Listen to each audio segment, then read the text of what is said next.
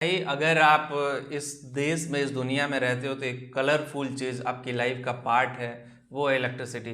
Electricity को manage करने के लिए आपके पास एनटीपीसी है, इलेक्ट्रिसिटी को मैनेज करने के लिए आपके पास पावर ग्रिड है। लेकिन आज के वीडियो में हम बात करेंगे पावर ग्रिड में जॉब कैसे पाए। आपने सुना होगा ग्रिड फेल हो गया जिसकी वजह से इस एरिया की पूरी लाइट, इस शहर की पूरी लाइट चली गई। Grid failure is a very tough and complicated thing, इतनी जल्दी सही भी नहीं होता, विल टेक टाइम। ऐसा नहीं बटन उठाया सही हो गया, बटन गिराया खराब हो गया। तो आज के वीडियो में हम बात करेंगे कि पावर ग्रिड में आप कैसे जॉब पा सकते हो, पावर ग्रिड में कौन से लोगों को जॉब मिलती है, पावर ग्रिड में कैसे आप जा सकते हो। अगर आपने बीटेक किया हुआ, अगर आपने पॉलिटेक्निक किया है, अगर आपने आईटीआई किया हुआ है तो ये वीडियो आपके लिए पूरी तरह से समर्पित है। और सबसे पहले हम बात करेंगे कि अगर आप चैनल पे नए आए तो सब्सक्राइब कर लीजिए, बेल आइकन को जरूर हिट करिए। करियर से रिलेटेड कोई दिक्कत, कोई परेशानी हो, उसका भी लिंक मैंने डिस्क्रिप्शन में दे दिया, आप लोग करियर काउंसलिंग मेरे से ले सकते हो।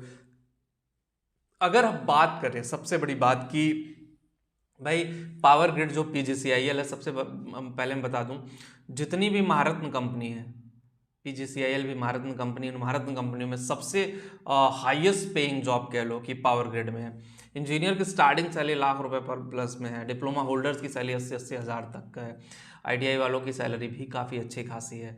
तो दिल थाम के बैठिए और मैं बताने वाला हूँ कि कैसे कैसे मोड ऑफ सिलेक्शन होता है। सबसे पहले क्वालिफिकेशन की बात कर लें कि मोड ऑफ सिलेक्शन कैसे होता है।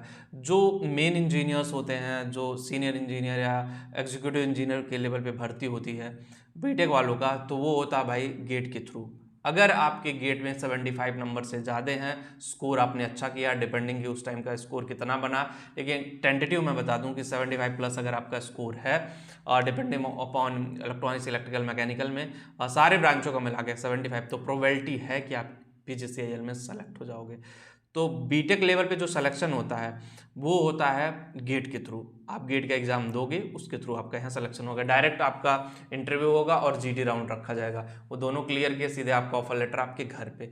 तो पीजीसीआईएल में इस तरह से जॉब मिलती है बीटेक वालों के लिए। अब बात करते हैं पॉलिटेक्निक और आईटीआई वालों का कि भाई पॉलिटेक्निक और आईटीआई वालों को कैसे जॉब मिलती है, पॉलिटेक्निक और आईटीआई वाले कैसे इसमें जॉब लेते हैं। तो मैं आपको क्लियर कर दूं, अगर आपने पॉलिटेक्निक या आईटीआई किया हुआ है तो भी आपके लिए है, लेकिन पॉलिटेक्निक और आईटीआई वालों के लिए अलग से वैकेंसी निकलती है।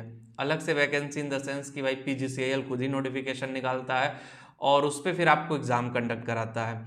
एग्ज़ाम दो पार्ट में होते हैं, पार्ट 1 पार्ट 2 दोनों आप क्लियर करोगे, उसके बाद फिर आपका एक इंटरव्यू राउंड होता है, फिर जाकर के फाइनल सिलेक्शन और फाइनल ऑफर लेटर आपके हाथ में होता है। तो पीजीसीआईएल में देखो सुविधाएं काफ़ी हैं। जब आप पीजीसीआईएल ज्वाइन करोगे आपको रहने के लिए बंगलो मिलेगा, बंगला भाई बंगला। बीटेक लेवल पे अच्छा खासा 3-4 फ्लोर का घर मिलता है, पॉलिटेक्निक लेवल पे 2-3 BHK का घर मिलेगा जो कि रेंट पे आप लोगों को 25-30 हज़ार महीना वैसे ही होगा। तो एडॉन सुविधाएं भी हैं पीजीसीआईएल में, ठीक है। तीसरा अगर हम पॉइंट बात करें कि 2 पॉइंट हो गया, तीसरा पॉइंट अगर हम बात करें कि भाई तीसरा कौन सा ऐसा पॉइंट है जिस पे हम आगे जा सकते हैं। तीसरा ये पॉइंट है कि सैलरी, जो सैलरी काफ़ी अट्रैक्टिव सैलरी है, जो भी अलग डिपार्टमेंट है उनसे बेटर सैलरी आपको यहाँ पे मिलेगा, इसलिए पीजीसीआईएल बेटर है। उसके अलावा नेक्स्ट अगर हम बात कर लें कि भाई पीजीसीआईएल में हो गया, अगर हम पॉलिटेक्निक आईटीआई और बीटेक लेवल पे सिलेक्शन हो गया, लेकिन क्या उसके अलावा अगर हम नहीं सेलेक्ट होते हैं एग्जाम में तो क्या है। जी हाँ, यहाँ पे कॉन्ट्रैक्ट बेसिस पे भी कुछ काम होता है जिसमें इंजीनियर्स की जरूरत होती है। प्रोजेक्ट वाइज होता है कि भाई ये सेगमेंट है और ये प्राइवेट कंपनी देखेगी। अब वो प्राइवेट कंपनी अपने इंजीनियर्स लगाएगी उस प्राइवेट कंपनी के थ्रू, मतलब आप काम करोगे किसी और कंपनी के लिए लेकिन वो काम होगा पीजीसीआईएल का ही। तो कॉन्ट्रैक्ट बेसिस पे भी इसमें जॉब होती है और कॉन्ट्रैक्ट बेसिस की जॉब इसकी वेबसाइट, जो पीजीसीआईएल की वेबसाइट है, उस पर डिस्प्ले होता है। तो वहाँ पे डायरेक्टली ठेकेदार के अंडर में होती है भाई, कॉन्ट्रैक्टर के अंडर में होती है। कॉन्ट्रैक्टर चाहेगा तो आपको दे देगा, लेकिन वहाँ पे सैलरी आप फ्रेशर लेवल पे 15 से 20-25 हज़ार रुपये मिलेगा। एक्सपीरियंस लेवल पे 2-3 लाख सैलरी है महीने का, कॉन्ट्रैक्ट बेसिस पे। एक्सपीरियंस लेवल पे काफ़ी अच्छी खासी सैलरी है। तो आपको समझना पड़ेगा कि भाई अपनी सैलरी बढ़ाएं, किस तरह से आगे लेके जाएं, किस तरह से चीज़ों को मैनेज करें, फिर जाकर के आपका करियर आगे बढ़ पाएगा। अदरवाइज आपको अपना करियर आगे लेके जाने में ना बहुत बहुत बहुत सारी दिक्कतों का सामना करना पड़ेगा। वीडियो में इतना ही होगा। इस वीडियो आपको पसंद आए होगी, जो लोग टेलीग्राम पे हो वहाँ पे भी जाके ज्वाइन करो। जिनको करियर काउंसलिंग चाहिए, लिंक ऑलरेडी मैंने डिस्क्रिप्शन में दिया है, कमेंट में पिन भी कर दे रहा हूँ।